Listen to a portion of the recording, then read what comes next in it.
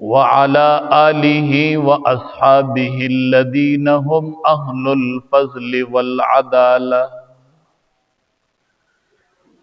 अम्मा बादु फ़अऊज़ु बिल्लाहि मिनश शैतानिर रजीम। बिस्मिल्लाहिर रहमानिर रहीम। वलक़द अर्सलना रुसुलन मिन क़ब्लिक वजअलना लहुम अज़वाजन व ज़ुर्रिय्या। क़ाल अन्नबिय्यु सल्लल्लाहु अलैहि वसल्लम तज़व्वजुल वदूदल वलूद औ कमा क़ाल अलैहि सलातु वस्सलाम। लिकुल्लि नबिय्यिन फिल अनामि फ़ज़ीलतुन व जुमलतुहा मजमूअतुन लिमुहम्मदी। बलगल उला बिकमालिही कशफद दुजा बिजमालिही। हसनत जमीउ खिसालिही सल्लु अलैहि व आलिही। शवक सर दरूद शरीफ हुआ है। अल्लाहुम्मा सल्लि अला मुहम्मद व अला आलि मुहम्मद कमा सल्लैता अला इब्राहीम व अला आलि इब्राहीम इन्नका हमीदुम मजीद। अल्लाहुम्मा बारिक अला मुहम्मद व अला आलि मुहम्मद कमा बारकता अला इब्राहीम व अला आलि इब्राहीम इन्नका हमीदुम मजीद। इज्जतमंदो, द जुमे मुबारक औरज दा औ द शवाल म्याश्त दी त शवालुल मुकर्रम।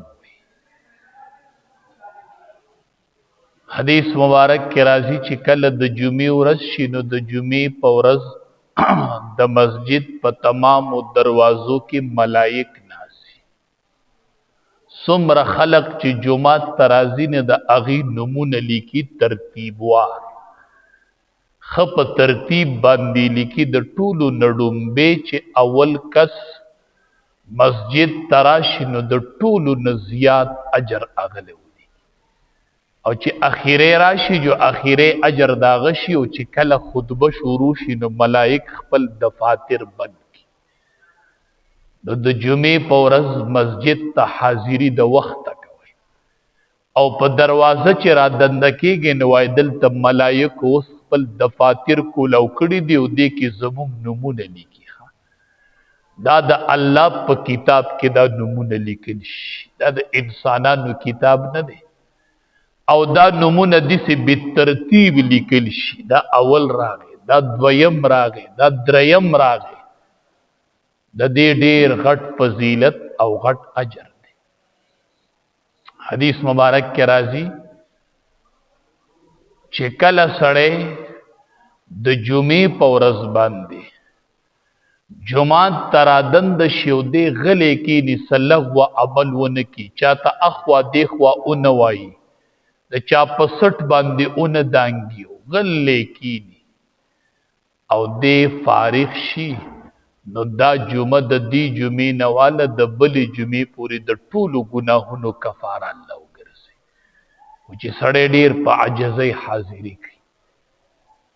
और मस्जिद तची सड़े रा दंदशी। हदीस मुबारक के राजी चे दे द्वरकात मुंज की ची जुमात तरा दंदशी वक्त मकरूह नवी द नवाफिल टेमी और दे द्वरकात मुंज की द अल्लाह दकोर हक अदा द अल्लाह दकोर हक अदा मुंग चे द चासे तवर शो द चा द उजरे हक अदा को दा द अल्लाह दकोर हक अदा शी ची बंदरा शी द्वरकात तहियतुल मस्जिद द मस्जिद प अदब और प एहतराम के द्वरकात मुंज की ब्या दे जुमात की और दे खबरी न की दे गले नासी। हदीस मुबारक के राजी ची सो पोरी दे गले नासी मलाइक द द पारा द मगफिरत दुआगानी वाड़ी दा ढेर कीमती नास तवी हा चिकल सड़ी वक्त कम प जुमात की तीरशी پټول دنیا کې د ځمکې پټول حتو کې الله ته غوره حصہ هغه جمعات دی. په مخ د ځمکه د دین بل غوره ځای نشته چې سړی دې چار دیوالۍ ته رادن شي. نو کوشش کو دې ته حاضری د وخت کوو. جمعات کې ټیم ډیر وباسو، مسجد کې ټیم ډیر وباسو. چړم د جمعات سره تړلې شوی، جمعات کې ټیم ډیر وباسو، د دې ډیر لوی اجر دی. او د جمعې په ورځ د وخت حاضری کول، ها دا په ټولو ورځو کې غوره ورځ د جمعې ده. او قیامت چې راځي او دا نظام چې ورانیږي نو دا به ورځ د جمعې وي. دا هر څه به درهم برهم کېږي، دا به ورځ د جمعې چې دا هر څه به درهم برهم شي وران بشي، دا به ورځ د جمعې. په ټیم حاضری کول او په ټیم منځ کول. صحابی راغی نبی کریم صلی الله علیه وسلم نے تپوس وکړ، وی په ټولو عملونو کې خوښ عمل الله ته څه دی؟ په ټوله دنیا کې الله ته خوښ عمل څه دی؟ نبی علیہ السلام ورته فرمایل الصلاۃ علی وقتها، منځ په خپل ټیم کول. د دین بل غوره عمل په ټوله دنیا کې الله ته نشته. په خپل ټیم باندې منځ کول دا بهترین، دا یو محبوب عمل دی رب العالمین ته، په خپل ټیم منځ کول. او دا یاد ساتئ، دا ذهن کې دا خبره په خور واچوئ، ان اول ما يحاسب به العبد بصلاته، قیامت کې به د ټولو نړومبې حساب چې د بنده سره کېږي دا به د منځ کې، ړومبې عدالت ته پیشي چې کېږي دا به د منځ. ړومبې پیشي به شروع شي، ړومبې الله دربار کې چې حاضرو شي، ړومبې حساب به. فإن صلحت، کدا من صحیح روته فقد افلح وانجح، دا سړی کامیاب شو، دا سړی کامیاب شو چې د منځ په عدالت کې دی پاش. نو د ټولو نړومبې حساب به د مانځه کېږي. که منځ صحیح روت فقد افلح وانجح، نو دے کامیاب شو، دے کامیاب شو. وان فسدت فقد خاب وخسر، او چې منځ نقصان په منځ کې روت دے تاوانی شو، دے نامراد شو. ړومبې عدالت چې لګي، ړومبې حساب چې موږ سره کېږي قیامت کې، هغه به د مانځه کېږي. صحابي فرمایي، وی ما ته نبی علیہ السلام فرمایل چې کو یو کس یو داغه د کور مخې ته نهر وی، نهر بی، او د هر ورځ په دې نهر کې 65 ټیمه لام وی چې د په وجود بخیره پاتې شي. ما وینا چې یو نهر دی او د پکې 15 ټیمه لام وی، ما ته وی چې دغه مثال د 15 منځونه دی چې سړی 15 منځونه کوي، د په وجود به ګناه نه پاتې کیږي، د په وجود به ګناه نه پاتې کیږي. منځ دا اهم عمل دی. تاسو ته پته شته چې بنده د الله نه خفه شي نه الله ترې نه څه الي؟ کور تیلی، پټې تیلی، ځواني تیلی، صحت ترې نه الي؟ نه. حدیث مبارک ته رب العالمین چې د بنده نه خفه شي نو الله ترې نه د سجدي توفیق والي. تندې ځان ته نه پرېږدي، تندې بیا ځان ته نه پرېږدي. ربیعه ابن کعب رضی الله تعالی عنہ دا یو صحابي و، دی وی ما یو شپه د نبی علیہ السلام ټول خدمت وکړو، ډیر بختور، د ټول شپې خدمت مې اوبه راوړه، یو شی راوړه، بل شی راوړه، ټول شپه د امام الانبیاء خدمت مې وکړو. د نبی علیہ السلام ډیر خوشاله شو، ما ته وی چې سل سو غواړه، کنه زما خدمت ته ټول ورځ شپه وکړو، سل سو غواړه، ځه څه دعا غواړه چې وکم درته، ځکه ټوله شپه مې ولا خدمت کړی. او بعضې وخت کې سړی د عالم خدمتو کې، د نیک سړي خدمتو کې ډېر خوشحاله شي، زه څه ووایه چې وغواړم درله درم. نو چې سړي ته نبی علیہ السلام فرمایي چې سل شابه وغواړه، چې څه وایې غواړه. هغه هم ډېر هوښیار و که نه، وی اسألک مرافقتک فی الجنه، چې په جنت کې ستا ملګری شم. دا دعا راته وکړه چې په جنت کې دې ملګری شم. اسألک مرافقتک فی الجنه،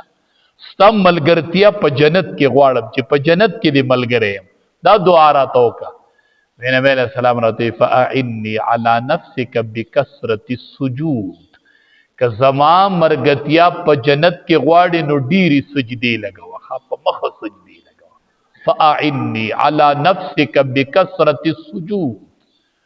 ډیری سجدي لګوه الله به په جنت کې زما سره ملګری کی بس کثرت سجود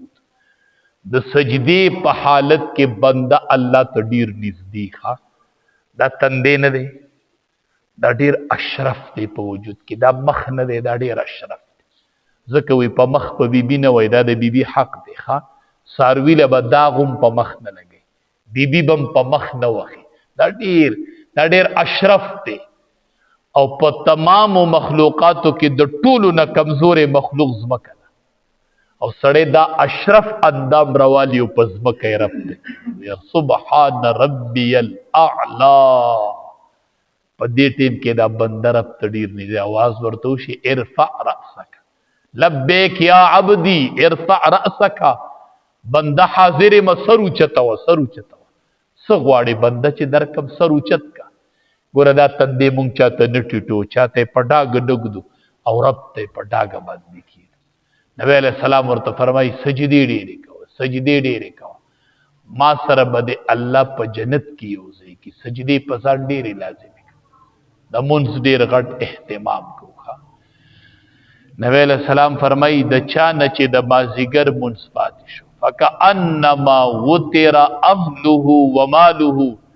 د دومره نقصان شو لکه د چې د ټول کور اهل او مال تباہ و برباد شو دومره لوی نقصان وشو منځ به په هیڅ صورت نه پرېږدو حدیث مبارک کې راځي څوک چې د سحر مونځ نه روان شي دی روان دی غدا برایت الایمان دی د ایمان په جنډه روان دی د ایمان جنډه اوچته کړې ده او روان دی د ایمان جنډه اوچته کړې او روان سحر کې د ایمان جنډې اوچتې او احادیث مبارکو کې راځي څوک چې د اشراق 2 رکعات منځ وکړي ها سحر منځ وکړي او بیا په خپل ځای ناسي او ذکر او اذکار کوي 2 رکعات د اشراق منځ وکړي دل الله د یو حج قبول شوی او د یوې عمرې قبول شوی اجر الله ورکړي 2 رکعات د اشراق منځ جمعات کې ناسته ذکر او اذکار کوي لکه خوب ته صبر وکړه لکه ناکام وکړه لک ټیم پس پود شي کنه دا ډیر د برکت ټیم دی نبی علیہ السلام بوي اللهم بارک لامتی فی بکورها ای زما ربا زما د امت په سبا کې برکت ورواچي رب په دې سبا وختي کې ولا برکت ورواچي د دې ټیم نبی علیہ السلام د برکت دعا کړې ده امونږ په ټول خو د یو پریزه کې برکت نشته په مال کې نشته په کور کې په کاروبار کې نشته دا د برکت ټیم دی ټول کور پکې ساپورټه او د پروتي ورونه بني دا د برکت ټیم د محروم او ذکر رزق کې برکت نشته سحر منځ کو د اشراق پوری مو د کېږي چې تلک برکت وي تلک برکت په مال رزق کې ومو او څوک چې 2 رکعات د اشراق منځ کې او هغه پسې بیا 2 رکعات نفل کوي تاسو به خیال کړئ تبلیغیان 4 رکعات کوي کنه 2 رکعات اشراق شي او دا 2 رکعات نفل شي څوک چې دغه 2 رکعات نفل منځ وکي حدیث مبارک کې راځي نبی علیہ السلام فرمای څوک چې د اشراق نه پس 2 رکعات نفل منځ کوي دا سرمن به د جهنم مور نصیبي حاجی څوک د 2 رکعات د جهنم مور به دا سرمن نصیبي په دې ټیم لګي ډیر اهتمام د منځ کو ډیر اهتمام د منځ او دا میاشت چې دا د شوال میاشت ده د رکوټي اختر مکرم نومیم دی مکرم معنی عزتمن دا ډیره عزتمن د میاشت خو جاهلیت کې بده کې یو رسم چلیدو دی کې بچا ودونه نه کول وې دا ډیره سپیره میاشت وې دا سپیره میاشت دا د خلق ځان له جوړی کړي نو صحیح سپیره کړي دی او صحیح برکتی کړي دی واده په ټول کال کې په هر میاش کې او په هر ورځ کې او په هر وخت کې کولای شي دا چا وی واده خو عبادت دی نو دا د جاهلیت یو رسم و چې د شوال په میاشت کې به نکاح نه کول وی دا سپیره میاشت ده امام الانبیاء نبی کریم صلی الله علیه وسلم پخپلا د خپلی بیبی امهات المؤمنین د مؤمنانو مور د بیبی عائشہ رضی الله تعالی عنها سره نکاح د شوال په میاشت کې وکړه په دې میاشت کې د بیبی عائشہ نکاح شوی ده رضی الله تعالی عنه چې حافظ هم وا فقيه هم وا د قرآن حافظ وا فقيه وا او نبی علیہ السلام ورته بیبی عائشہ تا ته په نور بیبیانو د فضیلت حاصل ده کفضل السرید علی سائر الطعام لکه څنګه چې ماته روټۍ ته په نور روټو فضیلت حاصل څنګه چې دا ماته روټۍ په نور روټو نو د بیبی عائشہ رضی الله تعالی عنها نکاح نبی علیہ السلام د شوال په میاشت کې اگر رسم ختم چې دا د جاهلیت رسم دی نو په دې میاشت کې د بیبی عائشہ رضی الله تعالی عنها په شان پاک بیبی د دې یو خصوصیت دو چې دا په اسلام کې پیدا شي وخه د نبی علیہ السلام د نبوت د میلاویدو نه پس دا پیدا نو دا چې پیدا شو نو زمانه د اسلام وخه ډیره مبارک بیبی و او دیتا 2210 احادیث یادوخا 2210 احادیث بی بی عائشہ رضی اللہ تعالی عنہ تا یاد او نبی علیہ السلام وی دواره می خوب کی لیدلی و د نکاح نه مخ ریخمو کپڑا کې براتو خو شو چې دی بی بی سره به نکاح کی همي خوب کې لیدلی و نبی علیہ السلام فرمای او بی بیانو تبوی ما تبد بی بی عائشہ رضی اللہ تعالی عنہ په باره کې تکلیف نه راکوي چې کله بیمار شو اخیری عمر په مخه به کله به سبا کیږي کله به سبا کیږي کله به سبا کیږي د دې مطلب نو دا نو چې سبا کیږي به کله وی د بیبي عائشہ نمبر به کله راځي چې زه دا ورځ داغي سره وباسم او چې کله داغي نمبر راغې به دا ټکه پرې خود چې کله به سبا کیږي ځکه داغي سره خوشاله ځکه خو هغه وای چې سای خطله نو سره زما په غیږ کې پروتو ها ما ستاسو پیغمبر د خپل غیږ نه رخصت کړي بیبي عائشہ رضی الله تعالی عنها فرمای نو د دغه مبارک بیبي نکاح د شوال په میاشت کې شوی ها نو دا اصلي خبرې دي چې دا سپیرم میاشت او په دې کې نکاح نکېږي ها نبی رسول سلام د خپل بیبي عائشہ رضی الله تعالی عنها نکاح په دې میاشت کې کړی دا نو دی کې نکاح کوي دی کې اس قباحت نشته دی د شریعت ته طرف نه صحابی راغی نبی علیہ السلام ته وی غریبی ما نبی علیہ السلام ورته نکاح وکړي مالدار شي نکاح وکړي مالدار شي وای ک نکاح کوم نو غریب کېږي نبی علیہ السلام وی نکاح وکړي مالدار شي نکاح ک نکاح کې مالداری ده نبی علیہ السلام صحابو تو فرمایل وی الدنیا كلها متاع دنیا ټول سامان دنیا ټول سامان رړ په شي پوری مک لګوي متاع پی جنې حدیث کې راځي وي دنیا متاع به متاع پی جنې دا زنانه چې دا لوخي انز د لوخو د انزل دا شوړم لیدلی دا صابون پورین خطه او دا انګولي پورین خطه دقه ته متاع وي ها الدنیا كلها متاع نبی علیہ السلام وی دا دي متاع تی پوری رړ مک لګوي مړه دا تا سی ټایل خکاری دا تا سی غټ گاډ خکاری متاع دا متاع دا دغه یو شوړه ده وخیر متاع الدنيا المرأة الصالحه او کتب بهترین سامان په دنیا کې ګوره نو المرأة الصالحه اغنی ک بیبی ده چې نیک بیبی چاته میلو شو د دنیا ټولی خوشاله میلو شو دا بهترین سامان چې ده المرأة الصالحة اغا نیک بیبی دا اغا نیک بیبی چی بندت مینوشی نیک بیبی ستوائی نیک بیبی و بنده سنگ پیجنی چی دا نیک بیبی دا دا نیک بیبی اولنی صفت دا دے چی کل ورت دے اگوری نو دے با خوشالش دا اولنی صفت دے چی دا دپ نظر اولگی نو دے با خوشالش او دویم صفت د نیکی بیبی داده چې کله ورته دې خبره وکړي نو ډاریک پې مني چې حکم ورته وکړي نو لبیک بس منلې لبیک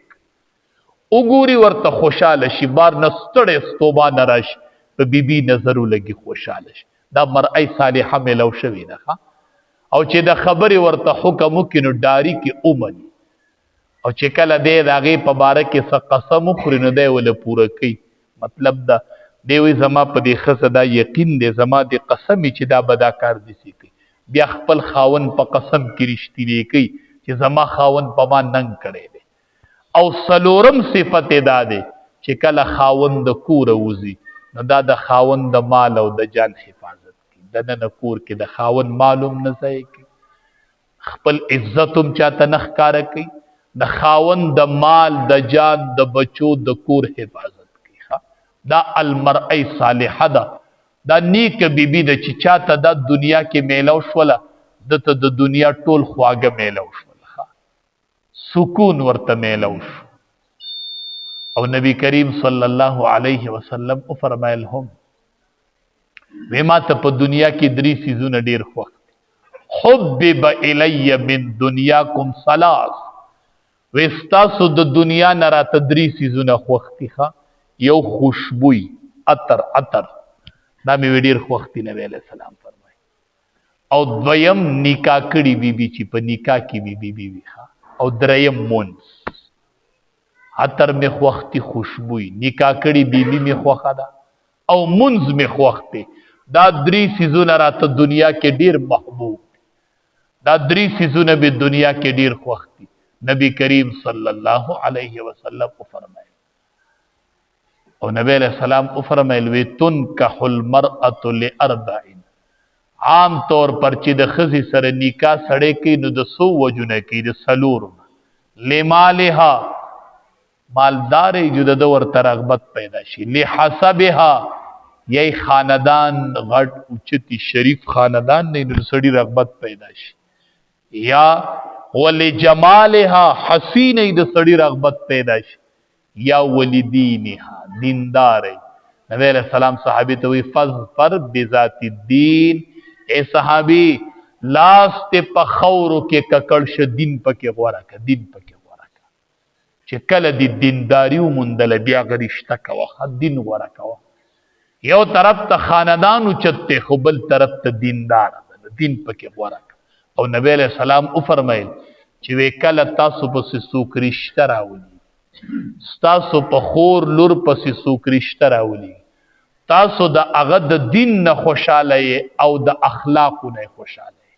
چې کوم سړی رشتہ راوليږي دیندار دی او خوش اخلاق دی د دین نه خوشاله او د اخلاق نه خوشاله نو بیا په دې کې نیټه وټي مکوي دا رشتہ ورل ډاریک ورکوي ورنوي ګور ډیر فساد راشي دا نبی علیہ السلام فرمایي بیا به ډیر فساد راشي ډیر فتنه براشي چې د چا د دین او د اخلاق او د خوشاله شو ډاری کول رښتیا ورکو بیا صبر مکو بس چې دینداری دی پکې اولیدله بیا رښتیا ورکو چې د اخلاق نه خوشاله او د دین نه خوشاله کوشش کوا نیک رښتیا ګورم او د نیک سړي سره رښتیا وکړه نبی علیہ السلام فرمایل وی پدریو سيزونو کې سپیرتوب یا دا معنی که سپیرتوب وی نو پدریو سیزونه کې به یو په خزه کې یو په کور کې یو په سورلۍ کې په اس کې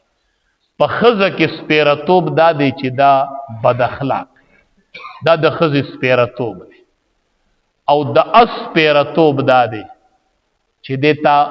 د سورلۍ موقع نه در کې تا وړي نه تا ته په سورلی نشي او د کور سپیرتوب دا دی چې دا تنگ نو دنیا کې چې سړی ته درې شیزه میلو شي یو نیک بیبي میلو شي یو خسورلی میلو شي یو درته پراخ کور میلو شي با د دنیا نعمتونه دی واغستل او یو تشریح دي سی وکړه وې د خز سپیرتوب دا دی چې دا بچی نه راوړي او د کور سپیرتوب دا دی چې د گاونډي ناکاره او د سورلۍ سپیرتوب دا دی چې جهاد لپاره نشي نه دا د سورلۍ سپیرتوب دی کې سپیرتوب دی نبی علیہ السلام فرمایي او صحابه ته فرمایل تزوج الودود الولود دا هغه زنانو سره نکاح کوي الودود الولود چې محبت پکیم ډیری او بچیم ډیر وروړي بچو والا زنانه ګورئ ښه چې نکاح کوئ. او الودود محبت والا ګورئ چې محبت پکې ډېري او بچي ډېر راوړي. نو پته به څنګه لګي چې دا بچي ډېر راوړي؟ نو د دې به خویندې واده شوي که نه؟ ښه وایي خویندې نه دي واده شوي، نو ترورانې به یې واده شوي که نه؟ خو د مور خویندې نه ښه، د پلار د دې جنۍ خویندې او د دې جنۍ د پلار خویندې به ګوري، د مور خویندې نه. هغې ته وګوره به واده شوي، نو چې محبت یې پیلو کړی دی که نفرت یې پیلو کړی دی، او بچي لږ راوړي دي که ډېرې راوړي. نبی علیه السلام فرمایي نکاح د بچو والا ښځو سره کوئ. فإني مکاثر بکم الامم، زه به د قیامت په ورځ چې خپل امت ډېر وینم، زه به فخر کوم په قیامت کې، زه به فخر کوم. په جنت کې به جنتیان 120 صفوي، او په 120 صفو کې به 80 صفه د امام الانبیاء امتیان ولاړي ښه الحمدلله، او 60 صفه به د نورو انبیاء امتیاني ښه. نکاح د داسې بیبي سره کوئ، داسې بیبیانو سره کوئ چې هغه بچیداري وي، اب بچي ډېر راوړي، د هغه بچي والا خاندان سره نکاح کوئ. او وی کوشش کوئ د پیغلې سره نکاح کوئ، د کونډو په نسبت وی د پیغلې سره نکاح کوئ. جابر رضی الله تعالی عنہ فرمایي وی موږ د یو جهاد نه روپش قربان، نبی علیہ السلام له الله عجیب اخلاق ورکړو، د ټولو نه زیات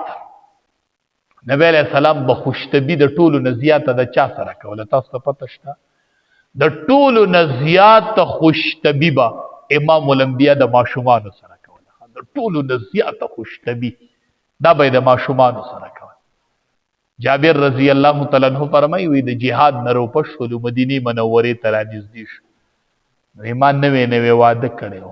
ما ورته د الله حبیب مال لږ اجازت نه راکړی چې زه کور ته لږ ړومبې ورشم، واده مې کړی دی نوې. ما ته وایي چې ښه واده دې کړی دی؟ ما ورته چې واده مې کړی دی. وایي چې څنګه پیغله دې غوښتې ده که کونډه دې غوښتې؟ ما چې کونډه مې غوښتې ده. ما ته وایي چې تا پیغله نه کوله، پیغله ښه وه که نه؟ ما ورته چې ما کونډه کړې وي. بیا وروسته وجه ښکاره کړله، د 8 خویندې وي د دې جابر رضی الله تعالی عنه. نو ما وی چې که زه جینۍ وکمه نو دا خویندې مې هم جینکۍ دي، نو د دې تربیت به ونه شي. نو ما ځکه کونډه واغستله چې دا به دې له د مور مینه ورکړي، نه د دې تربیت به صحیح وکړي ښه. نو چې داسې کور یې هغه ته بیا د داسې ښځې ضرورت دی ښه، چې هغه د ده د بچو تربیت وکړي. تاسو خیال یې بعضې وخت کې سړی وي هغه داسې ماشومه جینۍ وکړي، کور کې بچي وي، نو هغه له داسې عمر رسیده زنانه پکاري چې دا لوڼو له هغه د مور مینه ورکړي، او دا لوڼه د هغې نه تربیت زده کړي، چې دا یو افضولي نو بله به د بلې نه څه تربیت زده کړي. نبی علیه السلام به ښه اصول ښودل ښه. یو صحابي راغی وی انصارو کې نکاح کوم، نبی علیه السلام ورته ویینه ښه، یو نظر یې ویینه، ځکه د هغې په سترګو کې وی لږ دغه دی، یا شینوالی شنی دی یا پکې بل څه نقصان دی، خو یې وییناول ښه ویینه. نو د دې وجې نه علما وی لیدلی شي چې کله د بیبي سره رشته کوي او ستا ورسره اراده د نیکۍ، ځکه دا د عمر سودا ده، هسې نه چې بیا په دې باندې پښیمانه سبا ده. د شریعت ډېر ښکلي اصول دي. شریعت د ازدواجۍ تعلیم ورکړي چې د سړي د بیبي وي او د سړي د کور او ازدواجي زندگی د آباد وي. نو په دنیا کې بهترین ملګری چې دی المرأة الصالحة، هغه نیک بیبي ده چې کله دنیا کې